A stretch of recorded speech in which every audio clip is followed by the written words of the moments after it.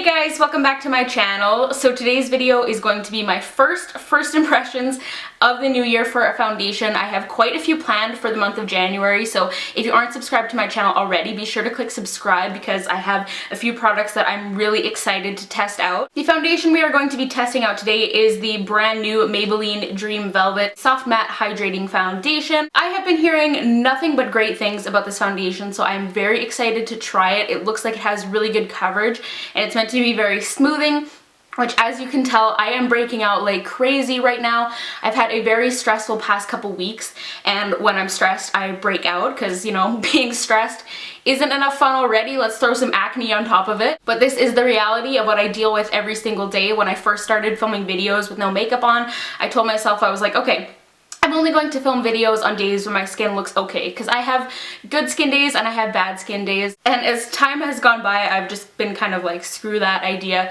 I'm just going to come on here and put out my bare naked face onto the internet because I know it helps some of you guys out. And this is just the reality of having acne. If you struggle with acne just like I do, I just want to remind you guys that you're not gross, you're not a freak. This is normal for hundreds of thousands of people. But anyways, I'm looking like a hot mess today. I'm like sweaty and my skin is bad and I haven't done my hair, so just please excuse that. So onto the foundation. Like I said, this is the Maybelline Dream Velvet Soft Matte Hydrating Foundation. This is pretty new, I believe. I believe it should be available anywhere Maybelline is sold. I got mine at Shoppers Drug Mart, and when I bought it, it was on sale for $12.99. I believe the regular price was $16.99, and then I also looked it up, and in the US it was $10.99 on Ulta's website in US dollars. And you just get the standard 30 ml or 1 fluid ounce. The packaging is just like a really small, sleek kind of tube, and it's kind of hard to tell on mine because mine is so light, but there is like a little band that runs across the packaging that actually color coordinates to the different shades. So for shades, there is 12 different options. I chose the shade 05 Warm Porcelain, which is the lowest number in the range, but from looking online, it appears to be the second lightest. Like, I think there is a shade lighter, which is number 10, which is kind of odd. The shades for this foundation seemed really weird, at least the lighter options, because I swatched quite a few of them, and the first one I swatched was number 10, and it was like really dark and like really pink. It was like not even a human skin tone. It was so odd. But I ended up choosing 05. Like I said, I did a quick like little test along my jawline when I got home, and it seems like it's going to match me pretty well. So for finish and coverage, this foundation is meant to have a medium coverage. From what I've seen though, it looks pretty full coverage to me. Like, I've seen other girls with like scarring and stuff tested out, and it looked like it provided really great coverage. I don't know if it's like buildable or what, and it's also meant to have a very soft, velvety, matte kind of finish. For claims and whatnot, this is supposed to be a whipped gel consistency, which is very interesting. And it's also supposed to be a hydrating matte foundation, and they say it's supposed to keep your skin hydrated for up to 12 hours, which I like the sounds of. I like the sounds of a matte foundation that's also hydrating, because even though I am oily, matte foundations can look very cakey on me. And they also say it is best suited for normal to combination skin. In terms of application, there is actually a little applicator that Maybelline released just specifically to go with this foundation. I believe it's called the Maybelline Dream Blender. And it basically looks like a little white beauty blender on like a short handle. It's very interesting. I was not able to find that. My Shoppers Drug Mart just doesn't carry it yet, I guess. And I'm kind of bummed because I wanted to try it out for this video and at least do like half of my face with it just to see. But sadly, I'm not able to, so I'm just going to use the beauty blender because I think that'll be the closest thing. I don't know the Canadian price, but for those of you who are interested, their little Dream Blender applicator is $5.99 US, once again from the Ulta website. And finally, from reviews, I really haven't seen anything negative about this foundation yet. The biggest things I saw were people were saying you don't need a lot to get really good coverage from it, and I've also seen people saying it's very smoothing for like acne and scarring, which is great news for me. So let's go ahead and get started with the application. Alright, so like I said, I am going to be using the beauty blender to apply this foundation. Also, I have not primed my skin. I didn't want to use a primer for this foundation because I really want to see how well it kind of smooths on its own. Give me your feedback for your thoughts on primers for foundation first impression. I asked you guys like a million years ago what your thoughts on it were, and pretty much all of you guys said you want to see foundations tested with primers because all of you guys use foundation primers. But recently I've had some people saying that they don't want to see them tested with a primer, so just let me know, update me on your guys' thoughts on that. Alright, so I just squeezed a little bit onto the back of my hand. The consistency is quite thick, like it's not liquidy at all, it's not running over my hand or anything like that. Fingers crossed the shade works out because I do not want another experience like with the Marc Jacobs Remarkable. That was awful, so let's go ahead and start applying it. Okay, yeah, the shade actually looks like it's going to be quite good, just right off the bat.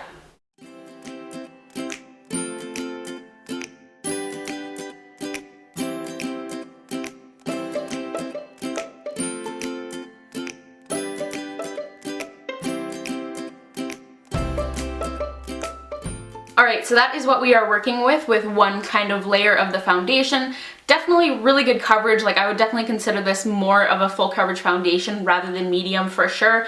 The shade is good. It's like a tiny bit pink, and keep in mind this shade is called Warm Porcelain, so definitely I'm feeling like all of the shades in this range lean very pink and very cool, but I think the shade is pretty good. Like, my neck is really yellow compared to my face, just like even my bare skin, so it always ends up looking kind of weird, but the shade is actually pretty good. To the touch, it's not like totally dry yet, but it does have a nice finish. I feel like it has a pretty natural looking finish. It's not too matte or anything like that. And even though it was a very thick foundation in texture, it does feel very light and very hydrating on my skin. It feels kind of like refreshing almost. It's really weird. For texture, I would compare it to the Laura Mercier Silk Cream Foundation. But yeah, I am pretty impressed with the coverage. I'm just going to do a second layer though, of course, just to kind of see how it builds up and see if I can get it to like really full coverage. So I'm going to go ahead and I'm going to go ahead and do that now. I cannot talk to save my life. I think I'm just going to build it really just in the areas I need it, because in the areas where I don't have a ton of redness or anything, it looks fine. Like on my forehead, where I don't have any acne, it looks fine. Like, I don't need to add any more there.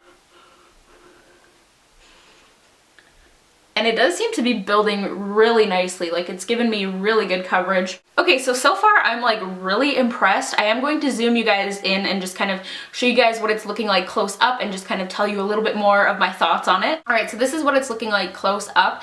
I have to say I'm really happy with the finish. It does have a very natural kind of skin-like finish, and it's not too matte at all. It's still like slightly tacky, but it does feel really nice on my skin.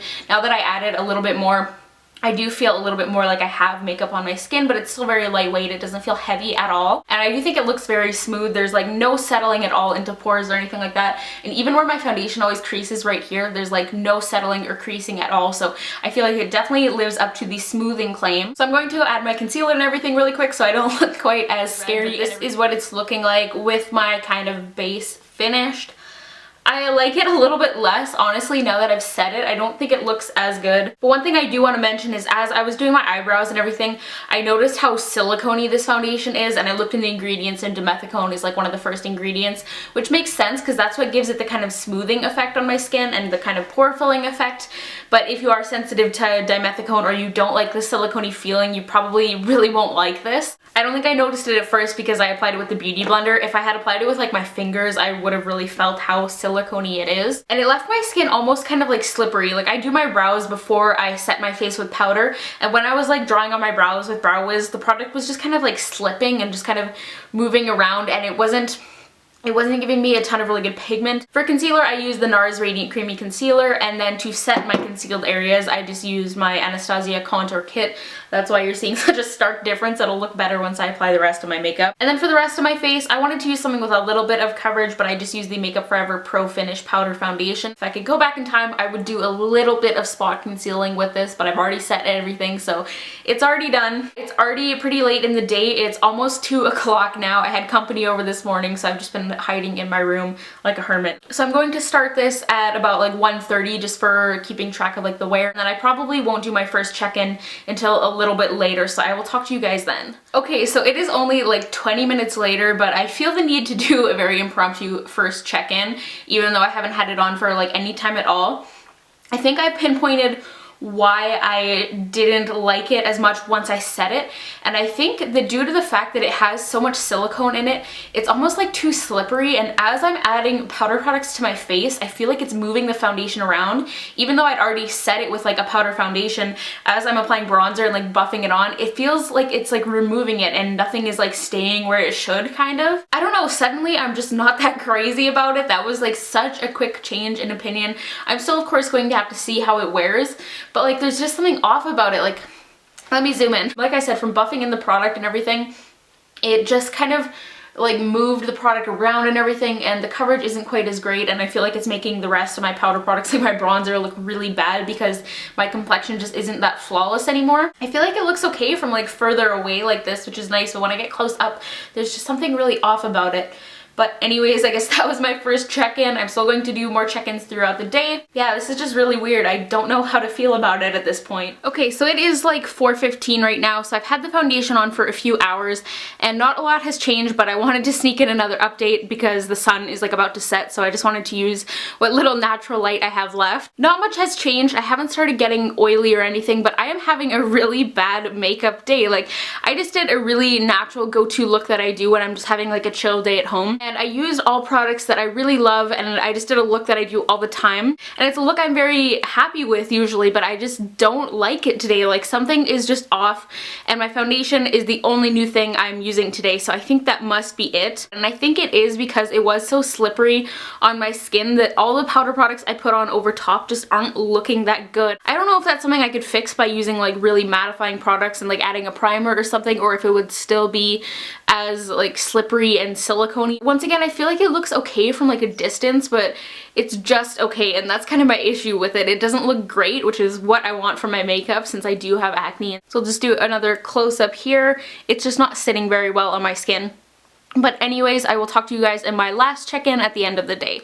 Alright, so it is time for my final check-in. It is just before midnight. Please excuse the thick layer of Aquaphor on my lips and my messy bun, and yes, I do have a giant stuffed penguin on my bed. So I've had this foundation on for about 11.5 hours now, and I've made a pros and cons list on my phone because usually by this point in the day I'm very tired, as you can tell, and I tend to get a little bit rambly and kind of not really get my point across that well. So I want to start off by saying that I have very mixed feelings about this foundation, but the pros are that it did have really good coverage. I did also really like the finish of it. It had that nice kind of natural matte skin kind of finish that I really like. It also did not draw attention to pores or flakiness at all. It really smoothed out my skin and made it look pretty flawless, and my skin does feel quite hydrated as well, and it also does feel very lightweight. Now on to the cons. First of all, as I'm sure you guys can tell, it hasn't held up super well on my skin.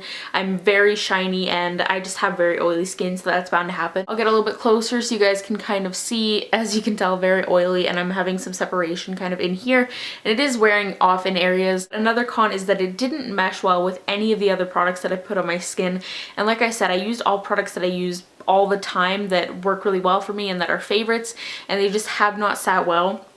Case in point, I think my bronzer looks really muddy. It might have all day, I didn't really notice it earlier, but like very muddy in my forehead area and in here. It just doesn't look that good. Yeah, I just didn't have a very good makeup day. I'm not looking that great, as you can tell.